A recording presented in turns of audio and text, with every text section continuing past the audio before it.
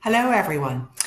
I'm Sarah, and over the last 30 years, I've been working with children and families as an educator, play therapist, and practitioner. Since 2020, I've been delivering an Introduction to Play Therapy webinar for Canavan Byrne to the early years sector. I want to invite you to join me for an exciting new in-person training called An Introduction to Trauma Awareness in the Early Years setting. It's happening on Saturday, September the 30th, and I would like to tell you a little bit more about it here. So those of us who work with children and families in today's world see firsthand the devastating impact that trauma and adverse experiences can have on the youngest and most vulnerable in our society. We see how trauma can interrupt and disrupt a young child's development by impacting their ability to form positive relationships with peers and adults, their ability to learn and play, and their ability to regulate their emotions and their behaviour. In this training, we're going to be looking at some of these topics. So we're going to look at the idea that challenging behaviour is a young child's way of trying to tell us the story of what happened to them and how they feel about it.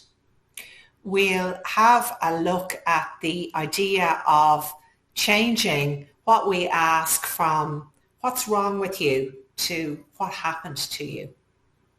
We look at the importance of creating safe and connected relationships with young children so they can begin to feel safe with us, because healing from trauma happens in relationships. We look at creating safe and predictable early years learning environments so the children know what to expect, and they also start to feel secure and safe when they're in our environment with us. We'll look at simple ways to begin incorporating regulating activities throughout the day for young children. And because this work is challenging, we will consider self-care, which of course means different things to all of us. So I really hope you'll join me on Saturday, the 30th of September for this training.